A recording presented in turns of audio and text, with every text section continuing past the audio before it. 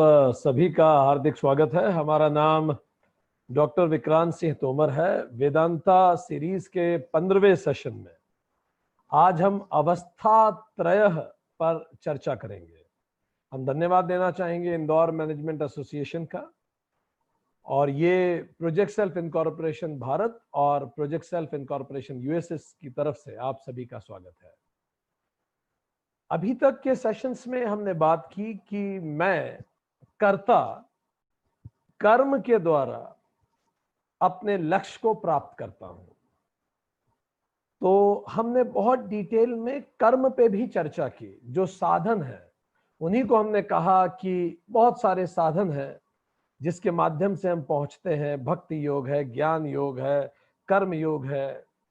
साधक को उसको साधना पड़ता है। पर अब हम और गहरा उतर रहे हैं इस चर्चा में कि ये जो साधक है, ये जो कर्ता है, जो इतने सारे योग के माध्यम से अपने लक्ष्य, जिसको हमने कहा मोक्ष तक पहुंचता है, तो ये कर्ता वास्तविक कर्ता है कौन? कौन है ये कर्ता? तो पहला मॉडल हमने लिया जिसको हमने कहा शरीर त्रय। हमने देखा 3 शरीर हैं। एक तो स्थूल शरीर, दूसरा सूक्ष्म शरीर, और तीसरा वासना रूपी शरीर, कारण शरीर। पर हमने ये पाया कि मैं इन तीनों शरीर से परे हूं। ये तीनों शरीर मैं नहीं हूं। पर हमने इन तीनों शरीर का विस्तार से चर्चा की। फिर हमने पंच कोश मॉडल समझने का प्रयास किया। जानने का प्रयास यही है कि ये मैं कौन हूं जो करता है सब चीजों को। तो पंचकोश में भी हमने देखा कि जो अन्नमय शरीर है, प्राणमय शरीर है, जो मनोमय शरीर है, विज्ञानमय और आनंदमय शरीर है, ये सब जैसे बादल आते हैं और जाते हैं, ये आते हैं और चले जाते हैं, पर ये पांचों कोश मैं नहीं हूं। मैं इन पांचों कोश का साक्षी हूं। तो ये पांचों कोश भी अनात्मा है, जो हमेशा नहीं रहने वाले, आएंगे और चले जाएंगे। हमारी सांसें बदलती हैं, हमारा मन बदलता है, हमारे विचार बदलते हैं, हमारा शरीर लगातार बदलता रहता है। तो ये तो परिवर्तनशील है, अनित्य है। और आज इसी कड़ी में हम बात करने जा रहे हैं अवस्था त्रय। जो सेंट्स एंड सेजेस थे जिनके माध्यम से हम वेदों को समझ पाए, दे वर ग्रेटेस्ट स्पिरिचुअल साइंटिस्ट्स, जिन्होंने इंसान के चरित्र व्यवहार का इतना गहरा आकलन किया कि आज भी 21वीं शताब्दी में भी उनके द्वारा किए गए वैज्ञानिक अनुसंधान हमें आत्मा अनात्मा को अलग अलग समझने में मदद करते हैं, नित्य और अनित्य को अलग अलग समझने में मदद करते हैं। तो उसी खोज में हम आज आगे बढ़ेंगे।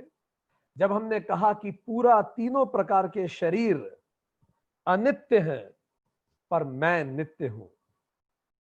पांचों कोश अनित्य हैं, वो बदलते रहते हैं, पर मैं नित्य हूं। तो चलिए आज अवस्था त्रय पे बात करते हैं 15वें सेशन में। आज क्या अवस्था शब्द का अर्थ है स्टेट ऑफ एक्सपीरियंस, अनुभव का एक अवस्था। त्रय का अर्थ है 3। सो 3 प्रकार के अनुभव हर व्यक्ति को जीते जी होते हैं। इसी को अवस्था त्रय कहा जाता है। कौन से 3 अनुभव हैं? पहला जागृत, वेकिंग। दूसरा स्वप्न, ड्रीमिंग। तीसरा सुसुप्ति, सुसुप्ति, डीप स्लीप। ये 3 अवस्थाएं हैं, जागृत, स्वप्न और सुसुप्ति। पूरे जीवन में कोई भी आप अनुभव देखिए, वो इन्हीं तीनों में से किसी ना किसी में होगा, जागृत में, स्वप्न में या सुसुप्ति में। अब हम इसको और बेहतर समझने का प्रयास करते हैं। हम 3 फैक्टर्स ऑफ अंडरस्टैंडिंग लेंगे इनको समझने के लिए। 3 आधार पे इनको समझेंगे, तीनों अवस्थाओं को। पहला आधार है कंडीशन ऑफ माइंड, अंतःकरण की क्या स्थिति होती है इन तीनों में। जागृत में मेरा अंतःकरण कैसा होता है, सुसुप्ति में और स्वप्न में कैसा होता है। दूसरा, नेचर ऑफ एक्सपीरियंस, किस प्रकार का अनुभव मुझे मिलता है इन तीनों अवस्थाओं में। तीसरा, डोमिनेंट मीडियम इन्वॉल्व, किस माध्यम से मैं इस अनुभव को लेता हूं। तो चलिए शुरुआत करते हैं। पहली अवस्था, जागृत अवस्था, वेकिंग एक्सपीरियंस। तो सबसे पहले हम देखते हैं हमारी अंतःकरण की या हमारे माइंड की कंडीशन क्या होती है इस समय जब हम जागृत होते हैं। शब्द से ही स्पष्ट है, जागृत। आप सब देख पा रहे हैं, आपका पूरा शरीर सक्रिय है, फुल्ली फंक्शनिंग, ऑपरेटिंग है। आपका माइंड पूरी तरह से फंक्शन कर रहा है। मन आपका इमोशंस फील कर पा रहा है। आप अपनी बच्ची को देख के आपके मन में प्रेम के भाव आ रहे हैं। चित्त, आपको पुरानी यादें भी आ रही हैं चीजों को देख के, और नई यादें आप बनाते जा रहे हैं जागृत जीवन में। अहम, आप खुद को पिता मान के देख रहे हैं बच्ची को, आप खुद को बॉस मान रहे हैं ऑफिस में। तो जिस तरह से आप खुद को देख रहे हैं वो आपका अहम। बुद्धि, आप लॉजिकल बातें कर रहे हैं, तर्क से चर्चाएं कर रहे हैं। सो हमारा माइंड फुल्ली फंक्शनिंग होता है इस समय, जैसे खिला हुआ लोटस। मन, बुद्धि, चित्त और अहंकार, ये चारों फुल्ली फंक्शनिंग होते हैं क्योंकि हम जागृत हैं। यादें भी होती हैं। कोई व्यक्ति सुबह सुबह आपको ऑफिस में मिला, उसको देख के आपने मुस्कुरा के कहा हेलो, क्योंकि चित्त में है कि आपके रिश्ते उससे बहुत अच्छे हैं। चित्त मतलब मेमोरी।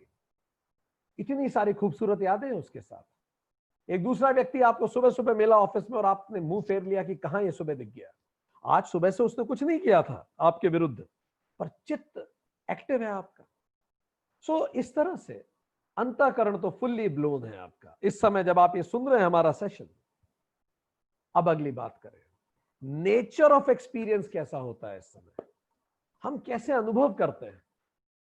इसी समय हम पूरे संसार को अनुभव करते हैं, पूरे जगत प्रपंच को अनुभव करते हैं, एक्सटर्नल वर्ल्ड को हम अनुभव करते हैं। तो हम कैसे अनुभव करते हैं एक्सटर्नल वर्ल्ड को। शुरुआत कहां से होती है, ये मेरी पांचों इंद्रियां, आंख, नाक, मुंह, कान और त्वचा, इस जगत के बारे में मुझे जानकारी दे रही है, संसार के बारे में। आपकी आंखें ये देख रही हैं स्क्रीन, और आपकी आंखें आपको बता रही हैं। आपके कान सुन पा रहे हैं हम जो कह रहे हैं। आपकी स्किन एसी का टेम्परेचर या पंखे का टेम्परेचर बता रहे हैं, रूम का टेम्परेचर बता रहे हैं। आपकी नाक भी एक्टिव है। इसी को कहा जाता है सेंसेशन। सेंसेशन होता है बाह्य जगत, स्टेप 1। स्टेप 2, सेंसेशन हुआ। Sensation is a very objective experience. Objective experience का मतलब, अगर एसी आप ठंडा कर दें तो सबको ठंड लगेगी। हर व्यक्ति एक ही चीज देखेगा, हिमालय को देख के सबको हिमालय दिखेगा। ऑब्जेक्टिव होता है, व्यक्ति विशेष पर निर्भर नहीं करता, जो है वो दिखता है सामने, कॉन्क्रीट होता है, क्लियर होता है। तो इसको हमने कहा सेंसेशन हुआ, पांचों इंद्रियों ने जानकारी दी। पर वो सेंसेशन जैसे ही अंदर गया तो वो मेरे मन, बुद्धि, चित्त, अहंकार के कॉम्प्लेक्स में पहुंचा। तो अब मन, बुद्धि, चित्त, अहंकार उस सेंसेशन को लेंगे और परसेप्शन बनाएंगे। सेंसेशन बता रहा है वो एक स्त्री है, मन कह रहा है मां है, क्योंकि चित्त को याद है वो माता है।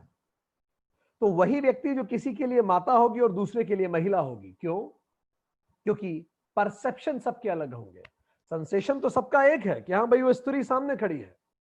अब वो एक आम स्त्री है या माता है, या आपका चित्त, आपकी बुद्धि, आपका अहंकार बताएगा। तो इसको हमने कहा सेंसेशन। हमने मायने दिए। इसीलिए एसी का टेम्परेचर, घरों में विवाद होता है, 25 डिग्री रखें कि 26 डिग्री रखें। इसीलिए कई कंपनीज ने 25.5 लॉन्च कर दिया है कि झगड़िए मत, क्योंकि ये परसेप्शन है। ठंडा एक परसेप्शन है। आप किस टेम्परेचर को ठंडा कहेंगे, दूसरा किसको ठंडा कहेगा। ठीक, तो ये हो गया परसेप्शन। तो सेंसेशन हुआ, सेंसेशन सबको एक जैसा हुआ, पर परसेप्शन सबके अनुभव के अनुसार बदल गया। मालवा के लोग ज्यादा मिर्ची खाते हैं, कहीं और के लोग मिर्ची कम खाते हैं। तो खाना में कितना स्पाइसी है, आप मिर्ची डालेंगे, मालवा के लोग कहेंगे कि नहीं ये तो कम स्पाइसी है, और कहीं और का कहेगा तो बहुत मिर्ची है। परसेप्शन। तो आपको सेंसेशन हुआ, वर्ल्ड, उससे सेंसेशन हुआ, सेंसेशन से परसेप्शन हुआ। अब परसेप्शन से एक्सपेक्टेशंस बनती हैं कि चलो अगर माता है तो दुलार कर ले, एक गिलास पानी ला दें या चाय बना के मेरी मदद कर दें।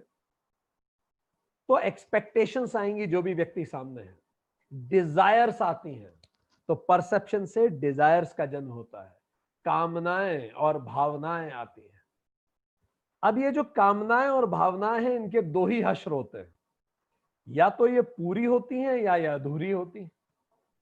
अगर कामनाएं पूरी हो जाती हैं, अपने जीवन को याद करते चले जाइए, अगर कामनाएं पूरी होती हैं तो फिर से दो ही बातें होती हैं, नई कामनाएं आती हैं।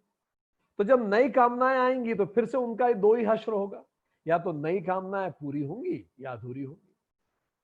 महेंद्र सिंह धोनी कहा करते थे, उनके एक साथी खिलाड़ी ने बताया कि अभी जब उन्होंने क्रिकेट करियर शुरू किया था तो वो सोचते थे मुझे बस 30-40 लाख रुपए कमाना है ताकि जिंदगी अच्छे से बीत जाए। और अभी कुछ दिनों पहले उनका बल्ला पता नहीं कितने करोड़ में बिका है। एक कामना दूसरी कामना को जन्म देती है, दूसरी तीसरी। तो जैसे जैसे कामनाएं पूरी होती जाती हैं, कामनाएं नई बनती जाती हैं, और हर कामना की स्थिति, जब जब कामनाएं पूरी होंगी नई कामनाएं जन्म लेंगी, और वो लिंक बढ़ता चला जाएगा, और एक स्थिति आएगी जब कोई ना कोई कामना आपकी अधूरी रह जाएगी। पर जितनी देर तक आपकी कामनाएं पूरी होंगी उतनी देर तक आपका मोह बढ़ता जाएगा, क्योंकि दुनिया से आपको सब मिल रहा है जो आप चाहते हैं। तो जिसकी कामनाएं बहुत समय तक पूरी होती है उसमें घनघोर मोह हो जाता है, और उसको लगता है कामनाएं पूरी करना मेरा अधिकार है, मुझे मिलना ही चाहिए ये। और जब इतने समय बाद अचानक एक कामना पूरी नहीं होती तो घनघोर शोक होता है, दुख। इसी को कहते हैं मोह और शोक से बनी हुई है दुनिया। तो फिर क्या हुआ, कामनाएं अधूरी रह गई, फाइनली कोई ना कोई कामना अधूरी रहेगी। जब कामनाएं और भावनाएं अधूरी होती हैं तो फिर दो ही रास्ते फिर बचते हैं। इस अधूरी कामनाओं का दुख या तो आप व्यक्त करते हैं किसी से या व्यक्त नहीं कर पाते। अब हम चलें, अगर आपने व्यक्त करा दुख तो फिर से दो ही बातें होती हैं, या तो जब आपने किसी व्यक्ति के सामने वो दुख व्यक्त किया तो आपने, उस व्यक्ति ने आपके उस दुख को सुलझा दिया, रिजॉल्व कर दिया आपके दुख को, तो आपको अच्छा लगा शेयर करके, आप रिलैक्स हो गए। दूसरी स्थिति यह हो सकती है, आपने जब किसी से व्यक्त किया तो उसने आपको और उलझा दिया या और परेशान कर दिया, अनरिजॉल्व रह गई आपकी कामनाएं, आपका दुख और बढ़ गया। उसने कुछ व्यंग कर दिया, आपने मन की बात शेयर कर दी, तो अब क्या हुआ, अधूरी कामनाएं, अव्यक्त कामनाएं, और अगर व्यक्त हुई तो अनसुलझी कामनाएं, और अगर हमने व्यक्त ही नहीं की किसी को तो भी समस्या है, मन में वो भरा रहता है। तो चलिए अब हम इस सबको समराइज कर लें, हम किस तरफ जा रहे हैं। मैंने दुनिया देखी, दुनिया से मेरे अंदर सेंसेशन आया, सेंसेशन से मेरे अंदर परसेप्शन आया, परसेप्शन आया, मन ने बताया तो भावना और कामनाएं हुई, कामनाएं या तो पूरी हुई, पूरी नहीं हुई, अधूरी हो गई, तो अधूरी कामनाएं मेरे अंदर भरने लगी। तो फिर मैंने या तो उन्हें व्यक्त किया या व्यक्त नहीं किया, जो कामनाएं मैंने व्यक्त नहीं की वो फिर से मेरे अंदर भरने लगी, जिन कामनाओं को मैंने व्यक्त किया वो या तो रिजॉल्व हुई, सॉल्व हुई, या फिर अनरिजॉल्व रह गई, अनसुलझी रह गई, तो वो भी मेरे अंदर भर गई। तो अब मेरे अंदर क्या क्या भरने लगा, अधूरी, अव्यक्त, अनसुलझी कामनाएं और भावनाएं। ये कहां इकट्ठी हो रही हैं, चित्त में, और इसी को हम कहते हैं मेमोरी, और विज्ञान कहता है सबकॉन्शियस माइंड। इकट्ठा होने लगा सब कुछ, और बहुत समय तक ये इकट्ठा होता रहा, और जब बहुत इकट्ठा हो गया तो ये और गहरा उतर गया, जिसको विज्ञान कहता है अनकॉन्शियस माइंड, और भारत के शास्त्र कहते हैं वासना। तो चित्त गहरा उठ के वासना बन गया।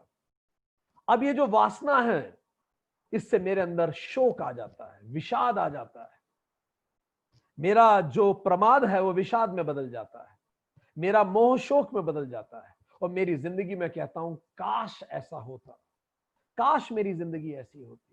और इस वासना के कारण मैं लगातार स्टफ हो जाता हूं, मेरे अंदर वासनाएं भर जाती हैं। वासनाएं क्या हैं, अधूरी, अव्यक्त और अनरिजॉल्व्ड अनसुलझी इच्छाएं या भावनाएं, यही वासना बन गई, यही चित्त या मेमोरी बन गई, मेमोरी गहरी उतर के वासना बन गई, और मैं इकट्ठा हो गया बहुत सारे वासनाओं से। अब ये सारा मेरा सब अनकॉन्शियस में भर गया, पर मैं चूंकि मुझे रोजमर्रा के काम कर रहा है तो मैं सारी परेशानियों को निकाल के फेंकता हूं पीछे, और रोजमर्रा के काम को मुस्कुरा के ऑफिस जाता हूं, रोजमर्रा के अपने काम भी करता हूं, अपना घर का काम भी करता हूं, सबसे हंस के बात भी करता हूं, पर अंदर ही अंदर ये भरा हुआ जो मेरे अंदर सबकॉन्शियस अनकॉन्शियस है, अब ये अपने आप को धीरे धीरे व्यक्त करना शुरू करता है, क्योंकि मैं बोल के तो किसी को बता नहीं रहा, कोई है ही नहीं सुनने वाला इनफैक्ट। तो कैसे व्यक्त करेगा जो आपके अंदर इतना भरा हुआ है? विज्ञान बताता है हमारा 90% से ज्यादा व्यक्तित्व इन्हीं वासनाओं से भरा हुआ है, अनसुलझी इच्छाओं से भरा हुआ है, अव्यक्त भावनाओं से भरा हुआ है। तो कैसे होने लगेगा? आपको पता कैसे पड़ेगा आपके अंदर खूब भरा है? तो सुन लीजिए गौर से, और आप खुद को सोचिए और सुनिए इसमें से क्या आप पे लागू होता है। पहला, आपका कंसंट्रेशन कम हो जाएगा। आप बहुत समय तक कोई चीज कंसंट्रेट होकर कर नहीं पाएंगे, क्योंकि आपके अंदर वो वासना है, आपके अंदर जो सबकॉन्शियस भरा हुआ है, अनकॉन्शियस, वो बार बार आपको डिस्टर्ब करेगा। स्पान ऑफ अटेंशन आपका बहुत कम हो जाएगा, किसी की बात आप बहुत देर तक नहीं सुन पाएंगे। कई लोगों को आपने ऐसा देखा होगा, आप उनसे बात कर रहे होते हैं, अचानक बात के बीच में वो कोई और बात निकाल के बात करना शुरू कर देते हैं, उनकी उस बात का और जो बात आपने कही उसमें कोई कनेक्शन ही नहीं है। ऐसे खोए खोए से रहते हैं।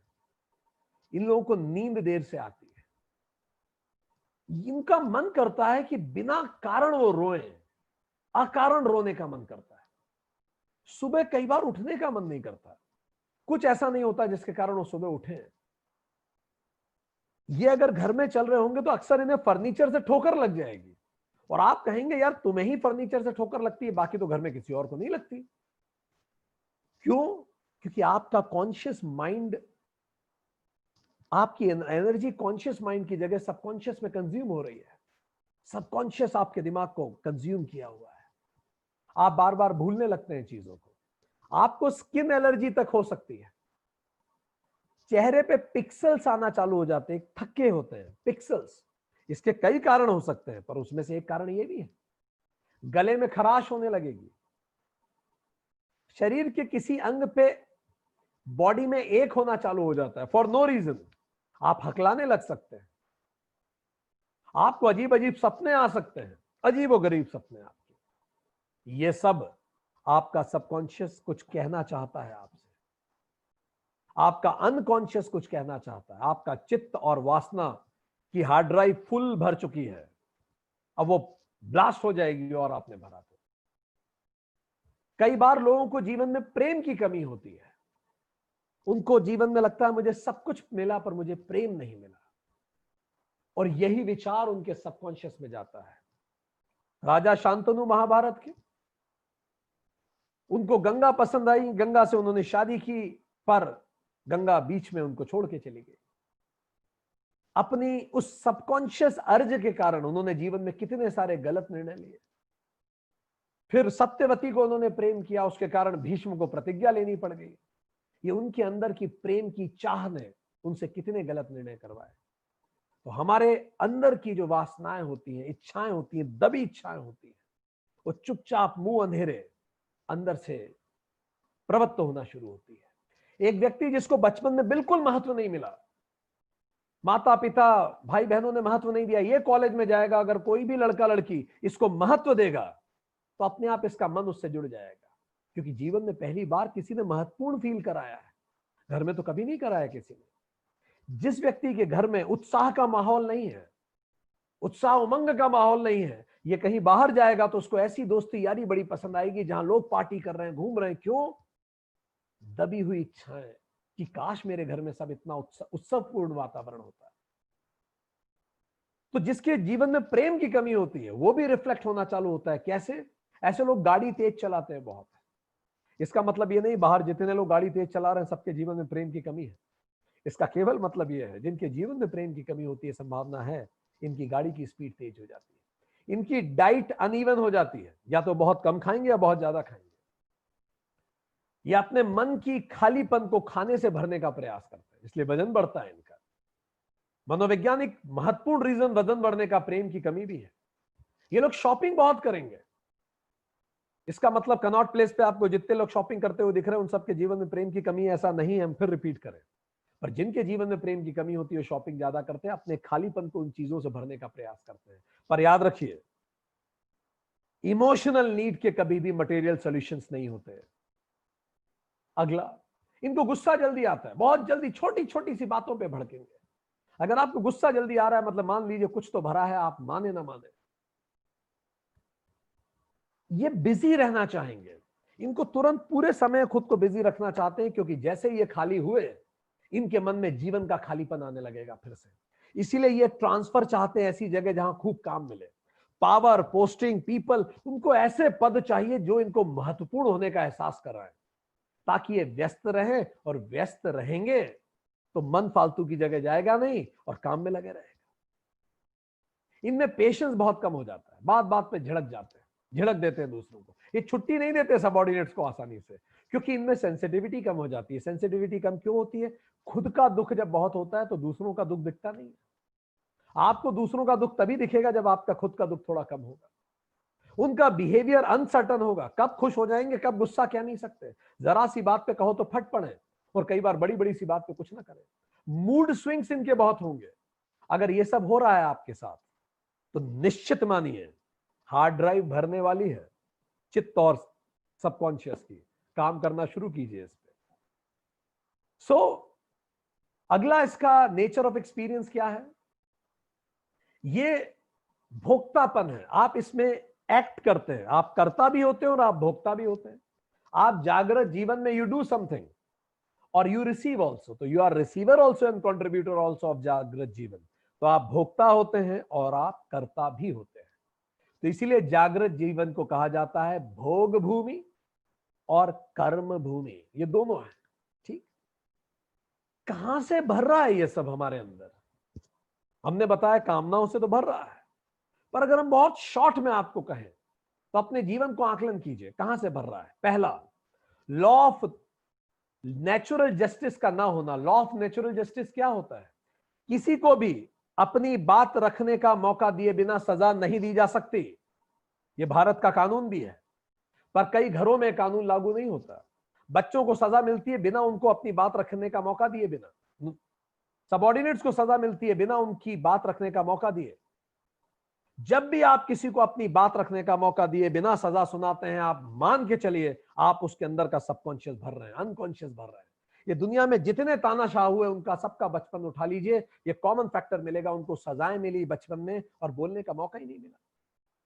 जब भी आप किसी को जज करते हैं, अच्छा ये ऐसा है, आप उसको जब जज करते हैं उसके व्यक्तित्व को, उसका सबकॉन्शियस भरने लगता है।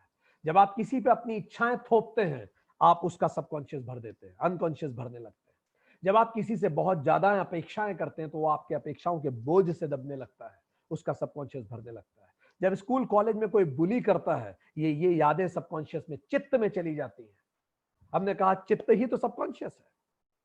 प्रेजेंटेशन देने एक बच्चा खड़ा हुआ, सबने हंसी उड़ा दी, आपने अपने दोस्तों की हंसी उड़ाई, जिन जिन की हंसी उड़ी उनके मन में डर बैठ गया, सबके सामने खड़ा ना होना बेइज्जती होती है।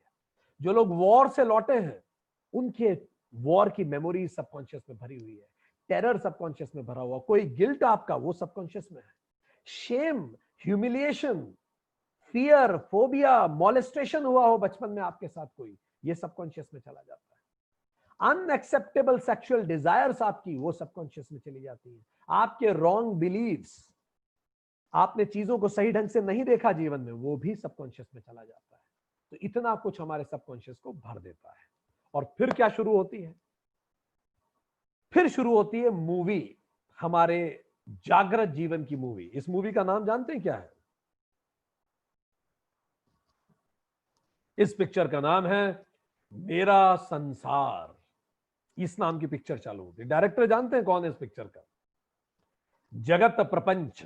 ये सारे लोग जो आपको ये सारे अनुभव दे रहे हैं, ये तो डायरेक्टर है। प्रोड्यूसर कौन है इस मूवी का जानते हैं आप? ज्ञानेंद्रियां, वही जो परसेप्शन आ रहे हैं आपके पास, ये प्रोड्यूसर है। सेंसेशंस। प्रमोटर कौन है इस मूवी का? अंतःकरण प्रमोटर है।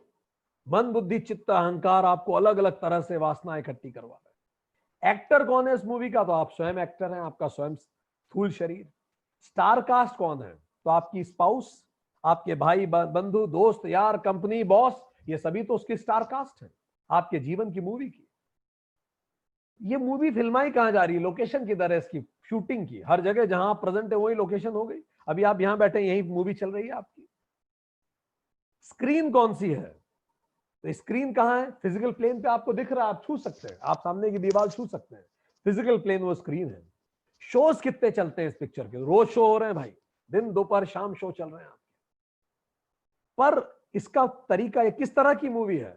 तो ये सोप ओपेरा है। सोप ओपेरा मतलब धारावाहिक है। आज की मूवी का आज का एपिसोड खत्म होगा, कल इससे आगे चालू होगा, रोज नया नहीं आएगी कहानी, वो ही कहानी चल रही है। इसलिए जिसको आप नापसंद करते हैं उसको करते रहते हैं बहुत सारे एपिसोड्स तक, ये आपका जीवन चालू होता है। तो इसको हम कहते हैं मेरा संसार। अब आखिरी बात, डोमिनेंट मीडियम क्या है? किस मीडियम से हम इसको समझते हैं? जो हमने तीसरा फैक्टर बोला, डोमिनेंट मीडियम इन्वॉल्व क्या है? तो ये फिजिकल बॉडी, इसी से आप इस जगत को समझते हैं। इसीलिए इसको कहा जाता है गोलंक। गोलंक मीन्स वो फिजिकल बॉडी। गोलंकम मीन्स द फिजिकल बॉडी जहां आपकी ज्ञानेंद्रियां हैं, आंखों का फिजिकल प्लेस, ये फिजिकल आंखें, कान, जिससे आप इस दुनिया को समझते हैं। तो ये फिजिकल बॉडी या गोलंकम, यही इसका मीडियम है जिससे हम समझते हैं। तो चलिए अब हम अगले चलते हैं। ये तो हो गया जागृत अवस्था।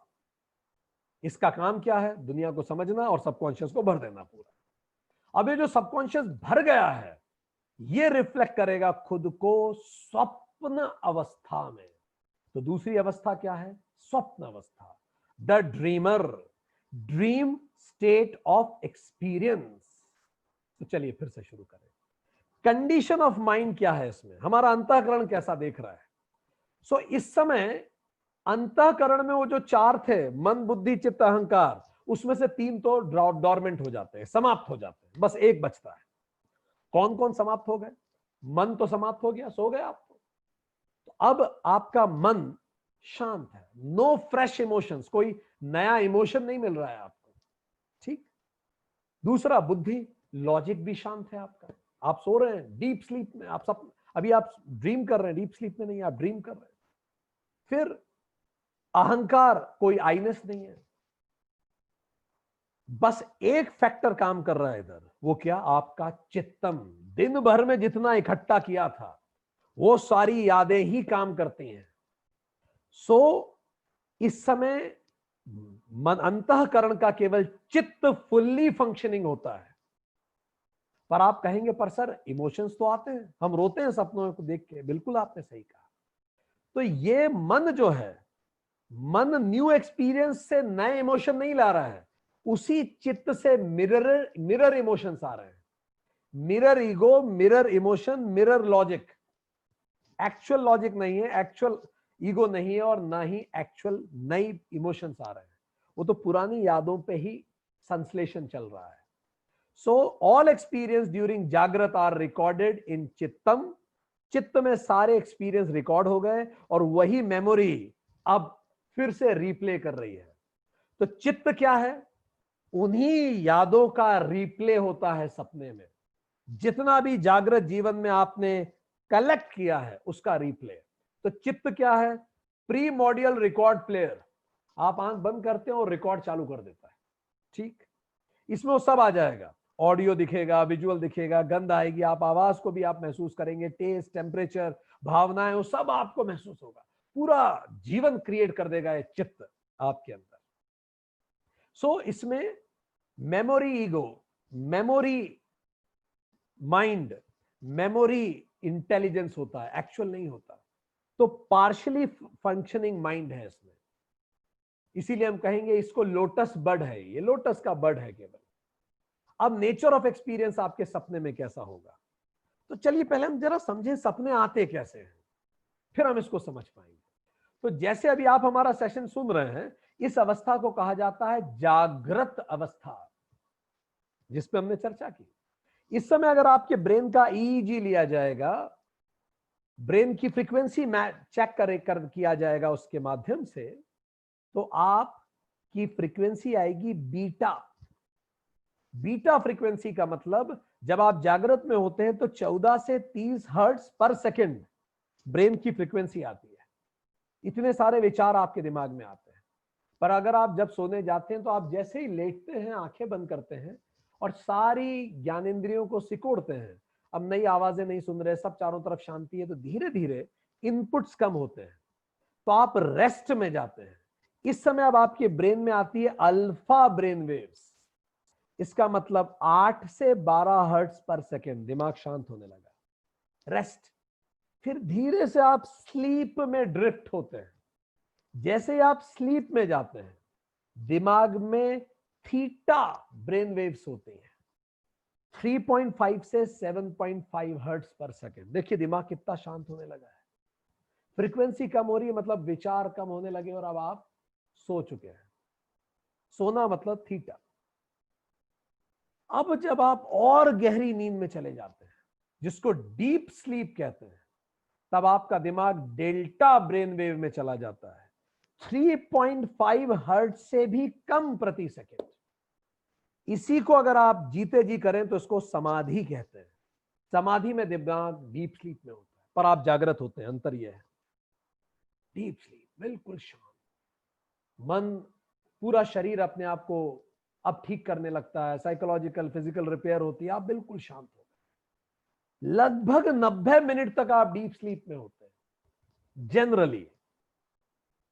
90 मिनट के बाद अचानक आपकी आईबॉल जो होती है ये हल्की हल्की मूव करना चालू करती है, क्योंकि अब आप सपना देखना शुरू करते हैं और यहां से ड्रीम की शुरुआत होती है। इसीलिए ड्रीम को कहा जाता है REM sleep, random eye movement sleep.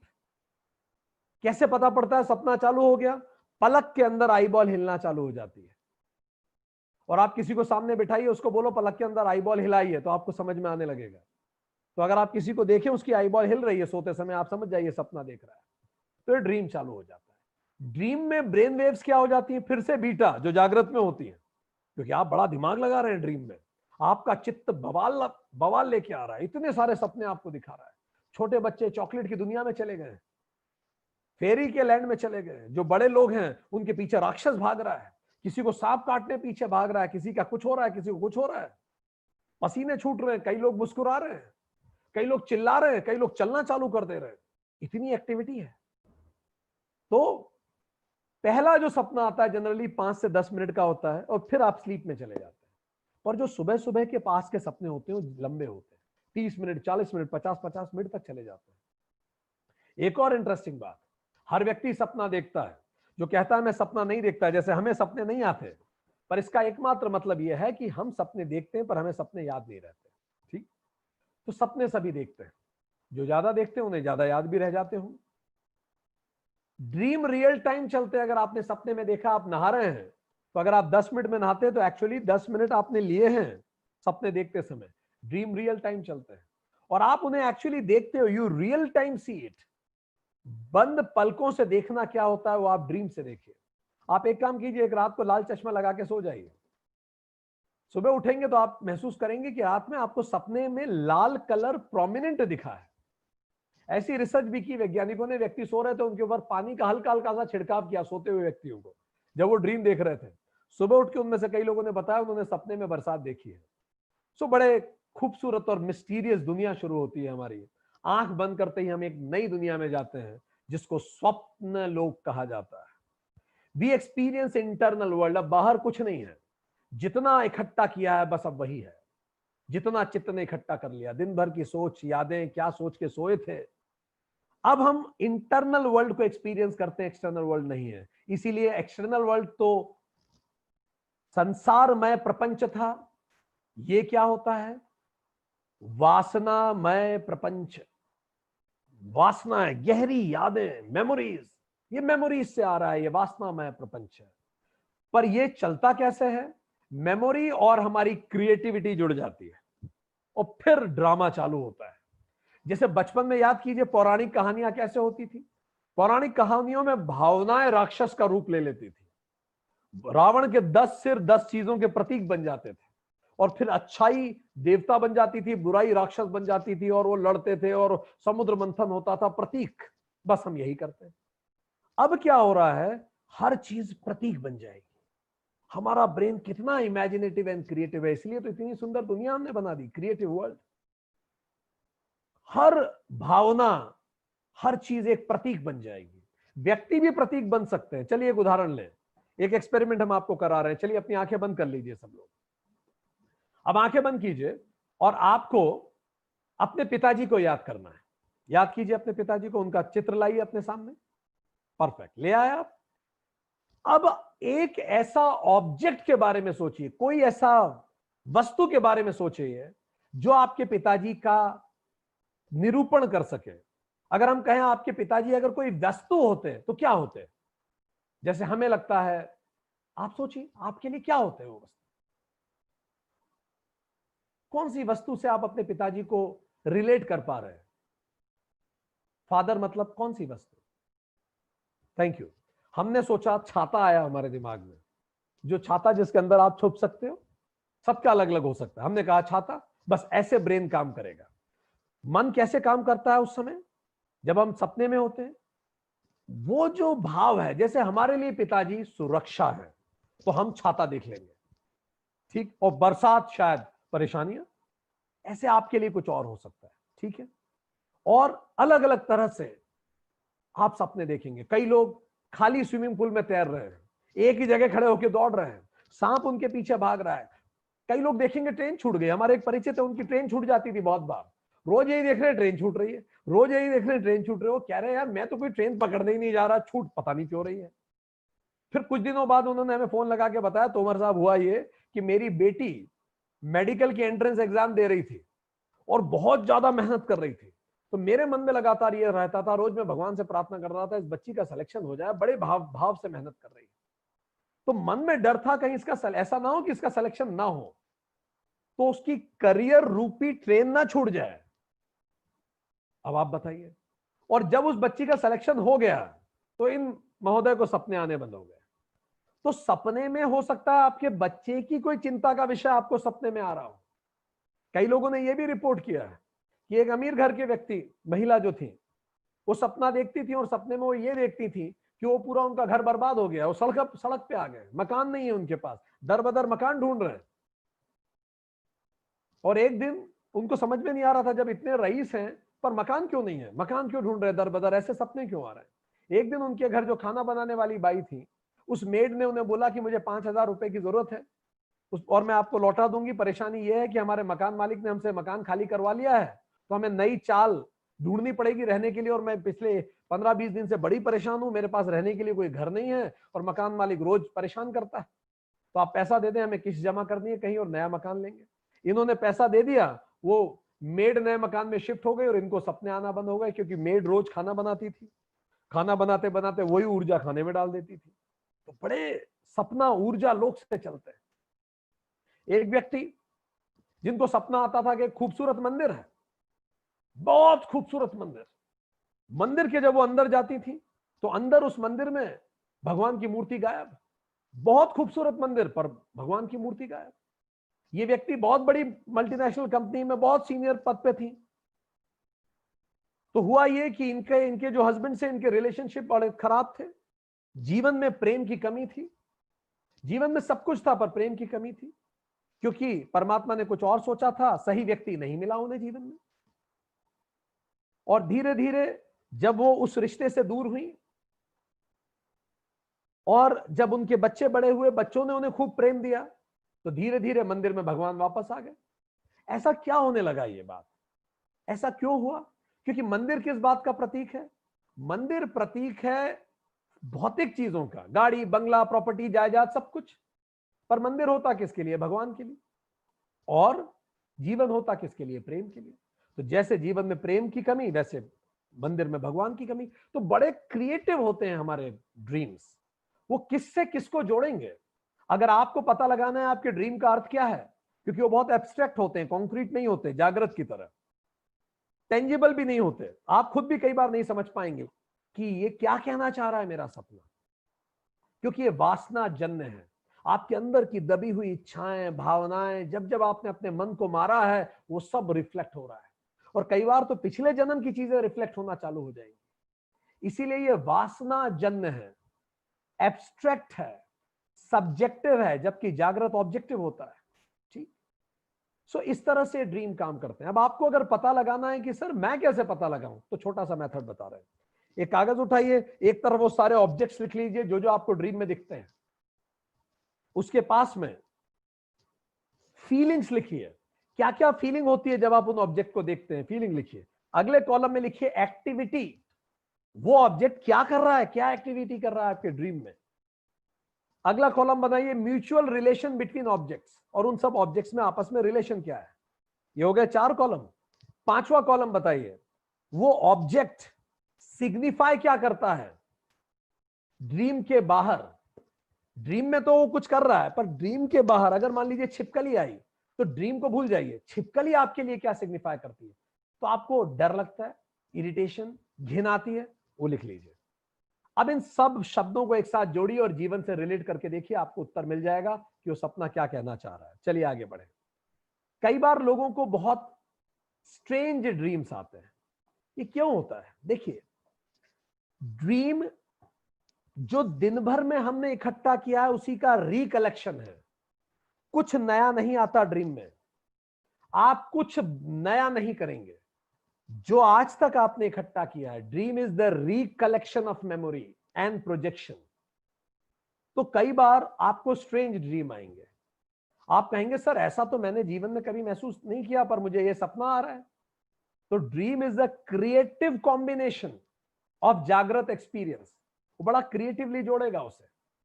कई आपकी जागृत फैंटेसीज हो सकती हैं, आपने वो अनुभव नहीं किया पर आपकी फैंटेसीज है, वो भी आपके अनुभव का एक हिस्सा है। सिंबॉलिक मीनिंग हो सकते हैं, पास्ट लाइफ एक्सपीरियंसेस हो सकते हैं, दूसरे लोगों से कनेक्टेड हो सकते हैं, जैसे उन मेड की बात बताई हमने, जैसे हमने बताया उनकी बेटी की एग्जाम की बात बताई। तो एक अलग दुनिया है। कई लोग ड्रीम में कहते हैं सर हमें भविष्य दिख जाता है, ड्रीम में आगे क्या होने वाला हमें पता पड़ जाता है। तो प्लीज समझिए ये ड्रीम नहीं कहलाता। अगर आगे क्या होने वाला आप देख पा रहे हैं तो इसको कहा जाता है ESP, extra sensory perception. Extra sensory perception, what does that mean? इसका मतलब है it's a unique faculty of mind which is not yet developed. हमारा दिमाग, हमारा जो अंतःकरण है, हमारी जो सेंसेस हैं लिमिटेड है, पर कई बार वो अपने लिमिट के बाहर की चीजों को रिसीव करती हैं। विबग्योर के अल्ट्रा वॉयलेट एंड इंफ्रारेड को भी जब आप रिसीव करने लगे, 20 से 20,000 हर्ट कान सुन सकता है। जब उससे नीचे और उसके ऊपर की भी ध्वनियां आप महसूस करने लगे, इसका मतलब धीरे धीरे आप में ESP डेवलप हो रहा है, और आप भविष्य को, क्योंकि कोई भी event before it happens it cast its shadow. कोई भी घटना होने से पहले उसकी शैडो आने लगती है इस पूरे वातावरण पे। जैसे सुनामी आने से पहले सुनामी महसूस हो जाती है पंछियों को, इस तरह से कुछ होने से पहले महसूस हो जाता है। सेंसिटिव माइंड्स उसको रिसीव कर लेते हैं। यही ऋषि कर पाते थे, इसीलिए वो त्रिकालदर्शी थे। यौगिक क्रियाओं से लोग त्रिकालदर्शी बन जाते हैं। गुरु वाल्मीकि को पहले से पता था सीता जमीन में समा जाएंगी। गुरु वशिष्ठ जानते थे राम को वनवास होगा, ये सब सबको पहले से पता था। त्रिकालदर्शी। तो क्या करें? अगर मैं भविष्य देख रहा हूं, पहली चीज सरेंडर कर दीजिए। ये गॉड्स बिजनेस है, नॉट योर बिजनेस। तो ना तो बदलने की कोशिश कीजिए, ना आप कुछ कर पाएंगे। ना वाल्मीकि बदल पाए सीता का जीवन, ना वशिष्ठ बदल पाए श्री राम का जीवन। Surrender to the divine will, pray for everybody is good and relax, what will be. इसके अतिरिक्त और कुछ नहीं हो सकता, आप भले कितना ही परेशान हो ले। तो जैसे ही आप आंखें बंद करते हैं, अगली मूवी चालू होती है, मूवी नंबर 2। इस मूवी का नाम जानते हैं क्या है? इस मूवी का नाम है मेरे सपने। वो मूवी क्या थी? मेरा संसार। ये मूवी है मेरे सपने। इसका डायरेक्टर कौन है? वासना। इसका प्रोड्यूसर कौन है? चित्तम। इसका प्रमोटर कौन है? ड्रीम्स प्राइवेट लिमिटेड, ये इसको प्रमोट कर रहा है। एक्टर कौन है? आप। एक्ट्रेस कौन है? आप। बाकी स्टार कास्ट कौन है? आप। लोकेशन क्या है? आपका मन। स्क्रीन क्या है? आपका मन। दर्शक कौन है? केवल आप। और ये मूवी जो लगती है आपके सपने में, ये कैसी भी हो सकती है। कभी हॉरर मूवी आ जाएगी, कभी कॉमेडी, कभी ट्रेजेडी, कभी थ्रिलर मूवी आ सकती है। इसके शो कितने होते हैं? रोज होता है इसका एक शो। और दूसरा, पर इसमें और जागृत में अंतर क्या है? जागृत सोप ओपेरा है, पुराने पे चलता है, ये बिल्कुल रोज नई मूवी आती है, रोज नया शो है, एंजॉय कीजिए इसको। तो हम क्या करें? सुबह उठ के एक दूसरे से पूछे सपने में क्या देखा, सपने को इंटरप्रेट करने की कोशिश कीजिए। जीवन के बारे में बहुत जानेंगे, क्योंकि सपना ब्लूप्रिंट है आपके जीवन का। सपना झूठ नहीं बोलता, व्यक्ति झूठ बोल सकता है, वो वासना का ब्लूप्रिंट है, अगर आप डिकोड कर सके। पुराने जमाने के राजा महाराजा ये किया करते थे, ऋषियों को बुलाते थे। ठीक, फिर मेक ड्रीम योर टीचर, अपने बच्चों को बोलिए ड्रीम जर्नल बनाइए, रोज ड्रीम ड्रॉ कीजिए और उनके सारे ड्रीम जर्नल को देखिए, आपको एक विशेष पैटर्न दिखेगा। क्या वो डर रहा है हर ड्रीम्स में? आपको जानकारी मिलेगी। सोचिए इस पे। ठीक, कई बार जब आप गहरी सपने में होते हैं तो इन डिवाइन सोल भी आपसे कनेक्ट करती है। यही बात स्वामी शिवानंद ने एपीजे को कहा था कि जब तुम कोई एक लक्ष्य बनाते हो जीवन में और सच्चे मन से उसके प्रति प्रेरित होते हो और जब तुम सो जाते हो, तब डिवाइन सोल्स, वो जो डिवाइन मास्टर्स हैं, वो तुम्हारे सपने को पूरा करने में तुम्हें मदद करते हैं और इस ब्रह्मांड से ऊर्जा लाते हैं ताकि तुम अपने सपनों को पूरा कर सके। स्वामी एपीजे ने अपनी बायोग्राफी तक में इस बात का उल्लेख किया है। तो सोल मास्टर्स कनेक्ट करते हैं, कुछ रिविलेशंस होते हैं, कई बार ड्रीम में कई बार अपने प्रश्नों के उत्तर भी मिल जाते हैं, क्योंकि ये सोल मास्टर्स हमें गाइड करते हैं। तो डोमिनेंट मीडियम क्या है अब इस ड्रीम स्टेट का? सूक्ष्म शरीर प्रधान अवस्था, केवल अंतःकरण का खेल है पूरा, स्थूल शरीर नहीं है। अब हम तीसरे पे जाएं। सो तीसरी अवस्था कौन सी होती है हमारी? It is called deep sleep. हमने कहा डेल्टा, जब आप बिल्कुल डीप स्लीप में चले जाते हैं, कोई सपना नहीं आ रहा, ड्रीमलेस स्लीप।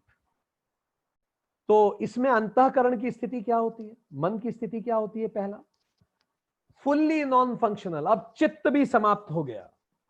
नो मन, नो चित्त, नो बुद्धि, नो अहंकार, zero functional, no emotions, no memory, no intelligence, no Iness, completely lock down. कोई मूवी नहीं लग रही, आपका थिएटर ब्लैंक हो गया है, आप बैठ के देख रहे हैं, बिल्कुल काली स्क्रीन है, कुछ भी नहीं है, जागृत की मूवी नहीं है, ना सपने की मूवी है, बिल्कुल लॉकडाउन हो गया, ब्लैंक स्क्रीन।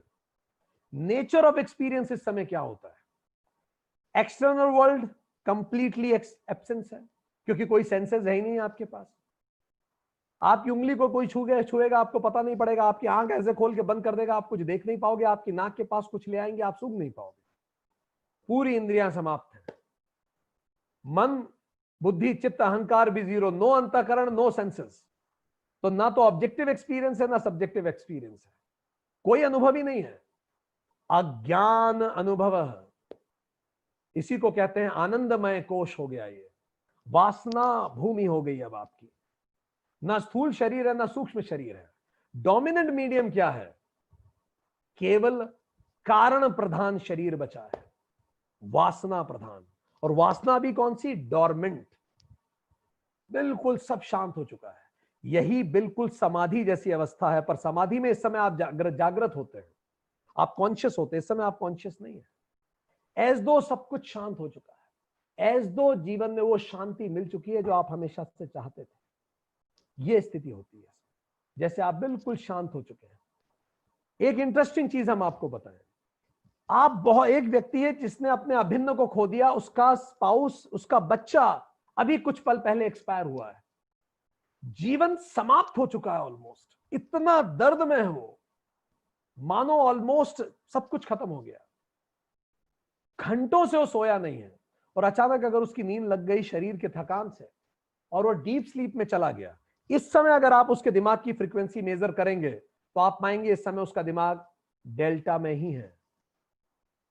और एक व्यक्ति जिसके जीवन में बहुत खुश है और वो सो रहा है, उसका दिमाग भी डेल्टा में। इसका क्या मतलब है?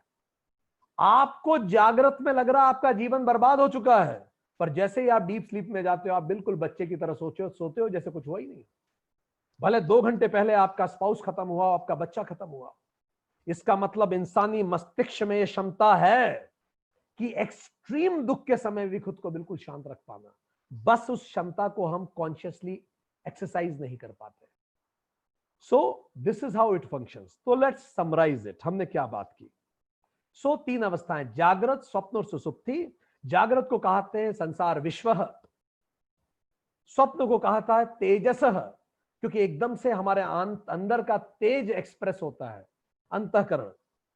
और सुषुप्ति को कहा जाता है प्राज्ञः, ब्लिसफुली इग्नोरेंट है हम। मटेरियल क्या है? स्वप्न में है ऑब्जेक्टिव्स, ऑब्जेक्ट्स जो बाहर के हैं, सॉरी, जो हमारा पहली अवस्था है जागृत में बाहर के ऑब्जेक्ट्स है, स्वप्न में माइंड है, और सुसुप्ति में कोई भी मटेरियल नहीं है। इंस्ट्रूमेंट क्या है? जागृत का ज्ञानेंद्रिय है, स्वप्न का माइंड इज द इंस्ट्रूमेंट, और सुसुप्ति का कोई इंस्ट्रूमेंट ही नहीं है। प्राइमरी ऑब्जर्वर क्या है? कौन देख रहा है शुरू शुरू में? तो जागृत को तो माइंड देख रहा है, सपनों को भी माइंड देख रहा है, और सुसुप्ति को कारण शरीर है, वो तो कोई माइंड और इंद्रिया नहीं देख रही। बॉडी स्थूल, सूक्ष्म और कारण हो जाती है। इस तरह से हम देख पाते हैं कि इन तीनों में, अगर हम कोश की बात करें जिनको हम पहले पढ़ चुके हैं, तो पांचों कोश एक्टिव होते हैं जागृत शरीर में, पर केवल आखिरी के 3 कोश जागृत होते हैं स्वप्न शरीर में। आखिरी के 3 कोश कौन से हैं? मन, मनोमय कोश, विज्ञानमय कोश और आनंदमय कोश। और जो सुसुप्ति है उसमें केवल आखिरी आनंदमय कोश जागृत होता है। मांडुक्य उपनिषद कहता है जो जब हम ओम बोलते हैं तो जो अ है वो जागृत अवस्था है, अ मुंह खुलता है उसमें। ओ मेंटेनेंस है, ये ड्रीम अवस्था है, और जब आप करते हैं म, ये सुसुप्ति है। तो ये तीनों अवस्थाएं इसी में चलती हैं। सो दोस्तों, हमने ये देखा कि एक पूरा जागृत जीवन इन तीनों में बीतता है, पर केवल जागृत नहीं, इवन मृत्यु भी इन तीनों में होती है। तिब्बत, जब इस तरह की भारत का ज्ञान, वेदांतिक ज्ञान बुद्धिज्म के माध्यम से तिब्बत पहुंचा, तो तिब्बत के बुद्धिज्म ने इस पे एक नया सिस्टम डेवलप किया जिसको बारदो कहते हैं। ये क्या है? ये सिस्टम यही कहता है कि जब आप जागृत, स्वप्न और सुसुप्ति में दिन भर में जीते हैं, हर पल इनमें से कुछ ना कुछ हो रहा होता है, तो आप मरते भी इन्हीं में हैं। दुनिया के मेजॉरिटी लोग, बहुत सारे 99% लोग सुसुप्ति में एक्सपायर होते हैं। तो जब वो मरते हैं, एक पल के लिए सुसुप्ति आती है, ट्रांस आता है, और आत्मा शरीर त्याग देती है। और जब आप अगले शरीर में जाते हैं, गर्भ में जाते हैं, तो आपको पिछला कुछ याद नहीं रहता, क्योंकि आप सुसुप्ति में गए। कुछ लोग विरले, रेयरली एक्सपायर होते हैं, उस समय स्वप्न में एक्सपायर हो जाते हैं। उनका जब आत्मा शरीर, जब वो उनका जब सोल उनका शरीर त्यागती है, तो वो स्वप्न में जाते हैं। तो जब वो स्वप्न में देख रहे होते हैं और सोल शरीर से जाती है, फिर जब नए गर्भ में जाते हैं तो स्वप्न कंटिन्यू रहता है, और नए जीवन में वो स्वप्न चलता रहता है। इसलिए छोटे छोटे बच्चे सपनों को देख के मुस्कुराते हैं, छोटा सा न्यूबॉर्न भी मुस्कुराता है, ये पिछले जन्म के सपने चल रहे हैं। इसलिए ये बच्चे को कई बार ग्लिम्सेस लगते हैं, यार ये जगह मेरी देखी हुई है, राजस्थान राज्य को सोच के मुझे कुछ होता है।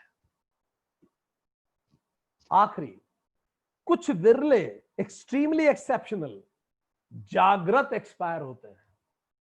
जब सोल बॉडी को छोड़ती है, तब वो देखते हैं कि सोल बॉडी से जा रही है, और जब वो सोल बॉडी को जाते हुए देख पाते हैं, तो जागृत मृत्यु को प्राप्त होते हैं।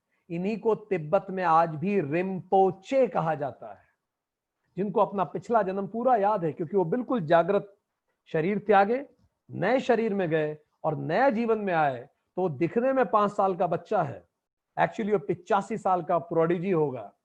क्यों? क्योंकि उसमें इतना ज्ञान है, वो पिछला पूरा नॉलेज स्किल रिट्राइव कर चुका है।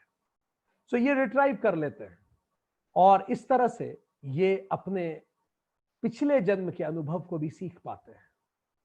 सो ये जीते जी और मृत्यु के बाद भी इसी तरह की मूवीज हमारे जीवन में चलती हैं, और अलग अलग मूवीज की ड्यूरेशन अलग अलग होती है। जैसे जो जागृत मूवी है, ये करीबन 120 साल चल सकती है। स्वप्न की मूवी 50 मिनट चलती है, और जो हमारी सुसुप्ति होती है उसमें कोई मूवी नहीं होती। पर हमारा ब्रेन तीनों में एक ही तरह से काम करता है। कैसे एक ही तरह से काम करता है? आप अगर चॉकलेट खाएं, या आप चॉकलेट खाने की कल्पना करें, या आप चॉकलेट खाने को याद करें, इन तीनों में आपका ब्रेन लगभग एक जैसा ही बिहेव करता है। इसीलिए ड्रीम में भी बॉडी वैसे ही बिहेव करती है जैसे जागृत में करती है। सो इन तीनों अवस्थाओं को हम कैसे अपने जीवन में मेडिटेशन के माध्यम से देख सकते हैं, उस पर हम थोड़ी सी बात करेंगे। और बात करेंगे फिर मैं कौन हूं।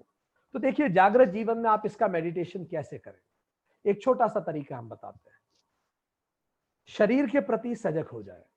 महसूस कीजिए आपके पैर की उंगलियां, आपके हाथ की उंगलियां, आपका सर, एक एक बॉडी पार्ट को आप महसूस कीजिए। धीरे धीरे से शरीर के हर हिस्से से प्राण ऊर्जा श्रिंक करना चालू कीजिए।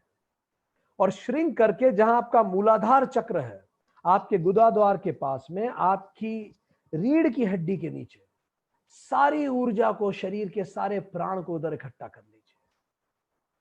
और फिर उस प्राण को तेजी से अपनी रीढ़ की हड्डी के बीच में से ऊपर उठाइए। उन सातों चक्र से होते हुए ऊपर उठाता हुआ महसूस कीजिए, उसे महसूस कीजिए। जब आप इसको महसूस करेंगे, यही स्वप्न अवस्था है। ऊर्जा अपने सटल फॉर्म में जा रही है। आप शरीर से दूर हो चुके हैं, स्वप्न शरीर में है। और धीरे धीरे उस ऊर्जा को ले जाके अपने मस्तक के बीच में केंद्रित कीजिए। और जब आप इसको मस्तक के बीच में केंद्रित करें, तब उसे एक स्थिर लाइट की तरह महसूस कीजिए। और जितनी देर उसमें केंद्रित कर सकें करिए। ये वही सुसुप्ति अवस्था है, जीरोनेस। हो सकता है थोड़ी देर बाद फिर विचार आने लगे। जब विचार आने लगे तो फिर से एनर्जी को इकट्ठा कीजिए, फिर मूलाधार से ऊपर ले जाइए, फिर दिमाग में बाहों के बीच में उसे केंद्रित कीजिए। फिर से विचार आने लगे तो फिर इस प्रोसेस को कीजिए। इसको लगातार करते रहिए। शरीर जागृत अवस्था है। जब आप ऊर्जा को ऊपर ले जा रहे हैं, यह स्वप्न अवस्था है। और जब आप यहां उसे केंद्रित करते हैं तो यही डीप स्लीप है। इसको प्रैक्टिस कीजिए। तिब्बत में इसी प्रैक्टिस से वो दिन भर सजग रहते हैं। आप इसको करना चालू कीजिए, यह हमारी सजगता का विकास करेगी। अगली बात, रात को कैसे प्रैक्टिस करें। जब रात को आप सोए तो सोते समय शरीर के प्रति सजग हो जाइए। शरीर की सारे प्राण को इकट्ठा कीजिए। और अब आप जानबूझकर सोइए। नींद आएगी, आती रहेगी। इट इज मेडिटेटिव स्लीप, योग निद्रा। एज दो आप सो गए। आप खुद को कहिए, अब मैं सो रहा हूं। और पूरी ऊर्जा जो आपके अंदर पूरे शरीर के अलग अलग पार्ट से इकट्ठी की है, इस पूरी ऊर्जा को यहां मस्तक में केंद्रित कीजिए और पूरे शरीर को शांत कर दीजिए। और कुछ पल आप बिल्कुल उसी तरह की शांति में रहिए। शरीर की पूरी ऊर्जा को इकट्ठा करके मस्तक के बीच में शांत करके लेटे रहिए और बिल्कुल शांत रहिए। और शरीर को कह दीजिए कि आप सो गए, पूरा शरीर डेड हो गया है। और अब कॉन्शियसली सपना देखना शुरू कीजिए। आप कहिए खुद को अपनी इच्छा शक्ति से, अब मैं सपना शुरू करता हूं। सामने एक स्क्रीन देखिए और आप बैठ के उसमें सारे थॉट्स आने दीजिए, जैसे पिक्चर चल रही हो। दिन भर के थॉट्स चलाइए, जो देखना है देखिए। अब आप इस सपना के स्वयं में डायरेक्टर बनिए। बचपन से आज तक का जीवन याद कर लीजिए चाहे तो। उस सपने को देखिए अपने अंदर और फिर उस सपने को रोक दीजिए। कॉन्शियसली सपने को रोक दीजिए और उस सपने को रोक के फिर से सारी ऊर्जा को केंद्रित कर दीजिए। अब आप डीप स्लीप में चले जाएंगे और डीप स्लीप में रहिए। आपकी आंखों के सामने केवल एक ब्लैंक स्क्रीन है। और अब आप डीप स्लीप से फिर जब वापस आए, फिर आपको मन में विचार आने लगे तो फिर सपना देखना शुरू कर दीजिए। उन विचारों को सपने में जोड़िए, फिर डीप स्लीप में जाइए, फिर सपने में आइए, फिर डीप स्लीप में जाइए। इस प्रोसेस को करते रहिए।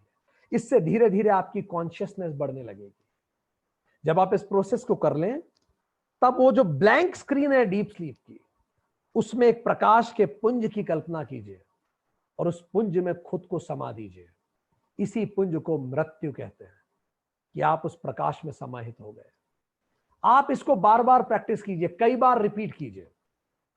यह बिल्कुल वैसा है कि आपको पता होगा कि आप कब सो रहे हैं, फिर आप सपना देखना शुरू कर रहे हैं, फिर आप सुसुप्ति में जा रहे हैं और यू आर गोइंग बियॉन्ड। सारी अवस्थाएं आपके अंदर इस मेडिटेशन से जाएंगी। एक और मेडिटेशन आप कर सकते हैं। इसी मेडिटेशन से तिब्बत की बारदो प्रथा की जाती है। जिससे व्यक्ति जागृत मृत्यु को प्राप्त करता है, क्योंकि वो बार बार मृत्यु होती कैसी, आपकी आंखें बंद होती हैं और लगातार आप इन तीनों अवस्थाओं से परे चले जाते हैं।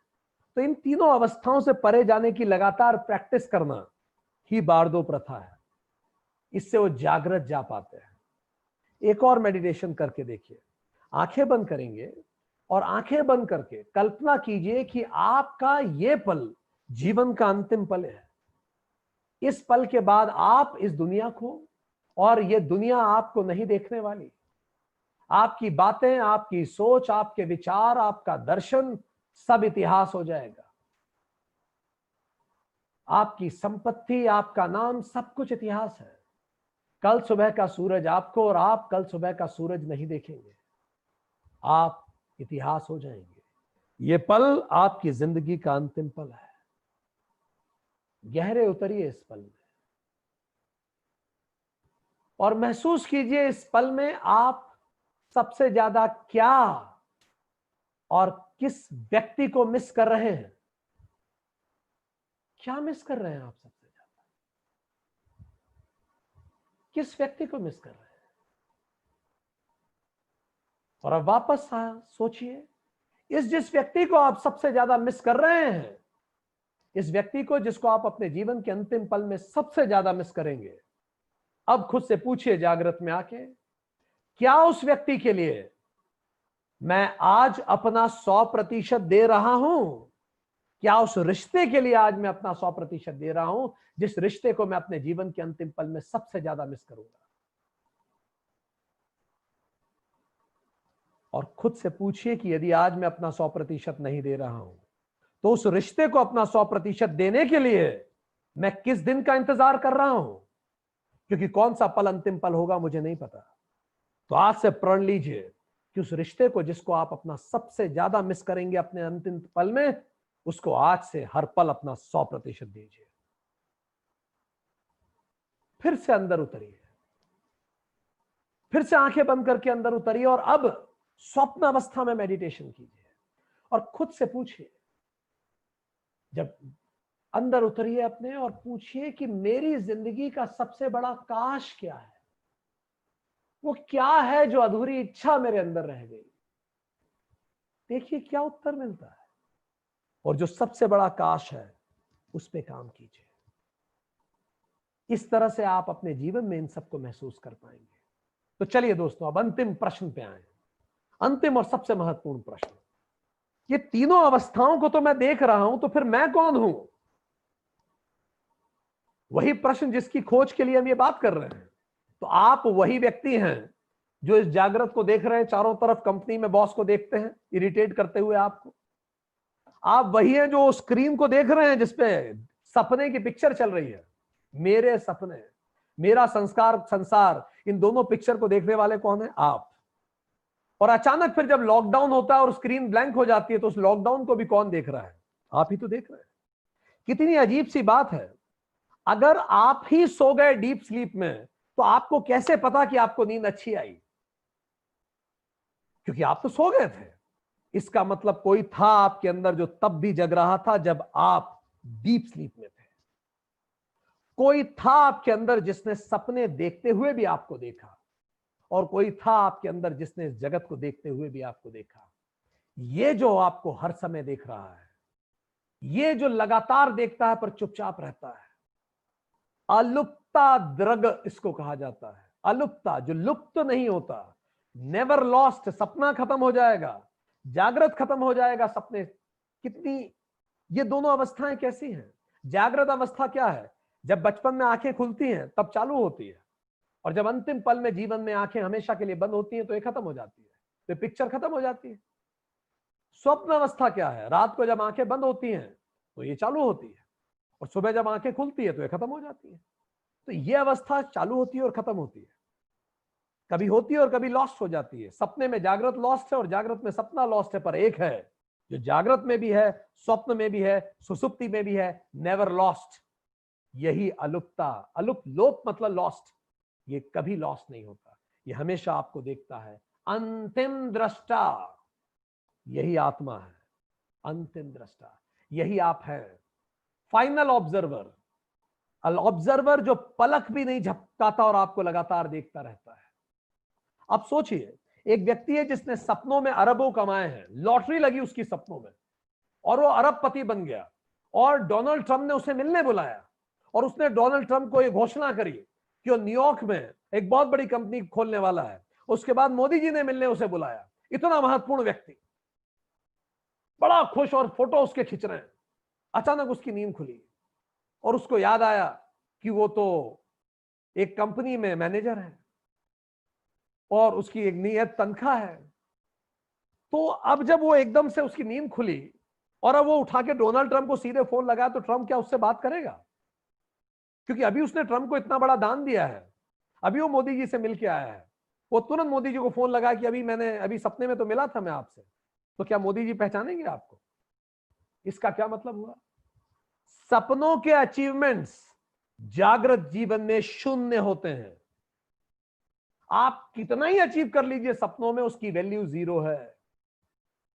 सपनों के सागर से जागृत जीवन के गले को एक बूंद पानी भी नहीं मिल सकता। अब इसको आगे बढ़ाएं। इसी तरह अगर आप जागृत जीवन में खूब कमा लें, तो जब आप इस जागृत जीवन से चले जाते हैं हमेशा के लिए, आपकी सोल इस शरीर को छोड़ती है, तो उस लोक में ये सारे अचीवमेंट जीरो होते हैं। कुछ याद नहीं रहेगा, कोई याद नहीं रखेगा, ये अचीवमेंट्स का कोई यूज ही नहीं है। आज का अरबपति हो सकता है अगले जन्म में कहीं भिखारी बन के पैदा हो, क्योंकि जीवन के उसे नए अनुभव लेने हैं। तो it's all a big zero. इसीलिए आदि शंकराचार्य ने कहा, वो जो तुम हो वो चौथा है, द फोर्थ, तुर्य। तुम न जागृत हो, तुम न स्वप्न हो, तुम न सुतुप्ति हो, तुम इस तीसरों के अलावा वो चौथा है जो देखता है। पर ये कोई अवस्था नहीं है चौथी, ये दृष्टा है जो इन तीनों से अलग है। तो जागृत जीवन के अचीवमेंट तुरीय पे कभी असर नहीं डालते, जिस प्रकार स्वप्न के अचीवमेंट जागृत पर कोई अचीवमेंट नहीं डालते। तो दोस्तों, चलिए हम पूरी तरह समराइज करें। तो हमने क्या बातें करी? हमने ये बात की कि तीन हमारी अवस्थाएं होती हैं। पहली अवस्था है हमारी जागृत। जागृत अवस्था का मतलब यह है कि जो हम हमारे फुल्ली ब्लोन माइंड से जो देखते हैं, मन बुद्धि चित्त अहंकार से जो देखते हैं। नेचर ऑफ एक्सपीरियंस क्या है? कामनाएं होती हैं, क्योंकि जब हम जगत प्रपंच देखते हैं तो हमें सेंसेशन होता है, सेंसेशन से परसेप्शन होता है, परसेप्शन से कामनाएं होती हैं, कामनाएं पूरी होती हैं तो मोह बढ़ता चला जाता है, और जब पूरी नहीं होती तो शोक होता है। और जब कामनाएं बढ़ती हैं तो जब अधूरी कामनाएं रह जाती हैं, उनमें से जो अव्यक्त होती हैं, जो अनसुलझी होती हैं, वो चित्त में चली जाती है। चित्त में लेयर बढ़ती चली जाती है। जब चित्त बहुत गहरा उतरता है, चित्त ही सबकॉन्शियस है, जब चित्त और गहरा उतरे उसी को हम कह देते हैं अनकॉन्शियस। अनकॉन्शियस हमारे अंदर दबा हुआ रहता है, इसलिए वो व्यक्तित्व को प्रभावित करता है। 90% व्यक्तित्व वही है, अलग अलग तरह से एक्सप्रेस करता है। नींद नहीं आती, आदमी चिढ़ता है, गुस्सा आता है, प्रेम की कमी महसूस होती है, छुट्टी नहीं देता दूसरों को, और बहुत अलग अलग रूप में। ठीक, और हम इसमें करता भी हैं और भोगता भी हैं। जागृत में हम कुछ करते हैं और उसको भोगते भी हैं। योग भूमि है, कर्म भूमि भी है। और हमने देखा कि कैसे हमारा सबकॉन्शियस भरता है। तो जब हम लॉ ऑफ नेचुरल जस्टिस का पालन नहीं करते, दूसरों को जज करते हैं, अपनी इच्छाएं थोपते हैं, ह्यूमिलिएट करते हैं, लोगों में गिल्ट आता है, शेम आती है, सब इकट्ठा होता है, मोलेस्टेशन आता है, ये सब इकट्ठा होता है। और फाइनली इसमें डोमिनेंट मीडियम क्या है? तो गोलंकम। ये जो गोलंकम है, जो हमारा शरीर है, यही डोमिनेंट मीडियम है। और मूवी कौन सी है? ये मूवी है मेरा संसार। डायरेक्टर जगत प्रपंच है, प्रोड्यूसर कर्मेंद्रिया है, प्रमोटर अंतःकरण है। स्वप्न अवस्था होती है, स्वप्न अवस्था ड्रीमर है, ड्रीम स्टेट है। और इसमें ये अंतःकरण से चलती है। अंतःकरण में केवल इसमें चित्त एक्टिव रहता है, बाकी सब मिरर में रहते हैं, वास्तव में नहीं रहते। तो मिरर मन होता है, मिरर अहंकार और मिरर बुद्धि। मिरर क्या? हमारी यादों में ही हम खुद को सोचते रहते हैं और उसी अनुसार हम सपने देखते हैं। तो अल्प या अर्ध विकसित अंतःकरण होता है। तो बीटा, अल्फा, थीटा और डेल्टा, इन अवस्थाओं में हम चले जाते हैं नेचर। और जब हम बहुत डीप स्लीप में होते हैं, तब डीप स्लीप के बाद जैसे ही आरईएम होती है, रैंडम आई मूवमेंट होता है, तब सपने चालू होते हैं, सपने रियल होते हैं। और उस समय हम बिल्कुल, शरीर बिल्कुल वैसे ही महसूस करता है। चॉकलेट सपने में खाएं या असली खाएं, शरीर एक जैसा बिहेव करेगा। इसीलिए कई लोगों को सपने में हार्ट अटैक भी हो जाता है, क्योंकि उनको दुख का कोई सपना आता है, शरीर कमजोर होता है, बॉडी रिएक्ट कर जाती है। ड्रीम क्या है? वासना में प्रपंच है, जो मेमोरी बड़ी क्रिएटिवली करती है। ये पुराणों की तरह है, हमारी भावनाएं रूप ले लेती हैं, राक्षस और ये सब। हम किसी, हर व्यक्ति हमारे लिए एक सिंबल होता है, वही सिंबल एब्स्ट्रैक्ट फॉर्म में सामने आता है, सब्जेक्टिव होता है, वासना जन्य होता है, और आपने जागृत में जो कलेक्ट किया होता है ड्रीम उसी पे होते हैं। ड्रीम में आप कुछ नया, आउटसाइड का नया एक्सपीरियंस कलेक्ट नहीं करते। और ड्रीम स्ट्रेंज हो सकते हैं क्योंकि ये पास्ट लाइफ से संबंधित हो सकते हैं, बहुत इमेजिनेटिव होती है, क्रिएटिव होती है, सिंबोलिज्म होता है, इस कारण होता है। ठीक। और दूसरा, हमारे कई बार हमारे लव्ड वंस के परेशानियां भी हमारे ड्रीम में रिफ्लेक्ट होती हैं। भविष्य दिख रहा है तो ड्रीम नहीं है, ये ईएसपी है। इसके लिए क्या करें? सरेंडर करें, डिवाइन विल को रेस्ट करें, और आप ये मानिए व्हाट विल बी, प्रे कीजिए। यहां मूवी कौन सी है? मेरे सपने। मेरे सपने के डायरेक्टर वासना है, प्रोड्यूसर चित्त है, और प्रमोटर ड्रीम्स प्राइवेट लिमिटेड है, और बाकी सब आप स्वयं ही हैं, क्योंकि आप ही अलग अलग रूप लेके उस ड्रीम में आ रहे हैं। ये हॉरर मूवी हो जाती है, और ये सोप ओपेरा नहीं है, ये रोज नई मूवी बनती है। तो क्या करें? एक दूसरे ड्रीम शेयर करें, ड्रीम से ही अंदर क्या चल रहा है पता लगेगा। ड्रीम हमारा एक एटर्नल टीचर है, बच्चों से ड्रीम जर्नल बनाइए। सोल्स भी जो मास्टर सोल से कनेक्ट कर पाती हैं हमसे, और इसमें डोमिनेंट मीडियम होता है, सूक्ष्म शरीर प्रधान अवस्था, सुसुप्ति में सब कुछ शांत हो जाता है, लॉकडाउन हो जाता है, जीरो फंक्शनल होता है, नेचर ऑफ एक्सपीरियंस वासना प्रधान होता है, डोमिनेंट मीडियम कारण शरीर होता है। और हमने इसमें यह भी देखा कि ये विश्व रूप माना जाता, विश्व है, ये तेजस है, और वो प्राज्ञ है। हमने ये भी जाना कि ओम का ओ उ म इन्हीं तीनों चीजों को रिप्रेजेंट करता है। तीनों जागृत अवस्था इन तीनों में होती है। जीते जी हम जागृत, स्वप्न और सुसुप्ति में रहते हैं। मृत्यु भी इसी में होती है, सुसुप्ति में मृत्यु होती है, तो हम कुछ याद नहीं रखते, जो तिब्बत की बारदो सिस्टम कहता है। बौद्धिज्म का स्वप्न में मृत्यु होती है तो अगले जन्म में ग्लिम्सेस दिखते हैं पिछले जन्म के, और अगर जागृत मृत्यु होती है तो रिम्पोचे हम बनते हैं। बारदो प्रथा उसी का एक तरीका है। उसके लिए हमने आपको 2 मेडिटेशन का मेथड बताया। जब आप जगें तो आप ये मेथड करें, और जब आप सो रहे हो तो आप दूसरा मेथड को आप यूज कीजिए, जिसमें आप लगातार प्रयास कीजिए कि आप स्वप्न, सुसुप्ति और जागृत में अपनी इच्छा से आए जाए। इसी को योग निद्रा भी कई बार कहा जाता है। और जब आप पूरा, आप सोल शरीर से जाने वाली होगी, तब आप अपनी इच्छा से सोल को निकाल पाएंगे, क्योंकि आप अपनी इच्छा से अपनी ऊर्जाओं को, प्राण ऊर्जा को गमन देना सीख चुके हैं। एक और मेडिटेशन आप कर सकते हैं, अपने अंतिम पल को याद कीजिए, जिसको सबसे ज्यादा मिस कर रहे हैं उसको 100% दीजिए, अपने काश को ढूंढिए, तदनुसार वर्क कीजिए। और हमने आपको यह भी बताया कि ड्रीम का इंटरप्रिटेशन करने के लिए object, feeling, activity, mutual relation of objects लिखिए। वो ऑब्जेक्ट ड्रीम के बाहर क्या रिप्रेजेंट करते हैं उसको लिखिए, सबको रिलेट कीजिए, आपको अर्थ जरूर समझ में आएगा। और फिर मैं कौन हूं? तो मैं इन तीनों से परे हूं, मैं वो चौथा हूं जो दृष्टा मात्र हूं, जो इन सबको देखता हूं। मैं अलुप्त द्रव्य हूं, जो पलक भी नहीं झपकाता, और मैं ही वो तुरीय हूं, द फोर्थ वन। फोर्थ मतलब मैं कोई चौथी अवस्था नहीं हूं, मैं वो देखने वाला हूं जो इन तीनों अवस्थाओं को देखता हूं। मैं थिएटर में जाके बैठ जाता हूं और अपना जागृत देखता हूं, स्वप्न का थिएटर देखता हूं, और जब स्क्रीन लॉक हो जाती है तब भी देखता हूं। तो मैं इन सबसे परे हूं। जागृत जीवन की, स्वप्न की अचीवमेंट जागृत को प्रभाव नहीं डालते, इसी तरह जागृत जीवन में मैंने जो कुछ अचीव किया है वो तुरीय अवस्था को कोई प्रभाव नहीं डालता। हम सब एक जैसे हो जाते हैं उस अवस्था में। शुक्रिया, नमस्कार।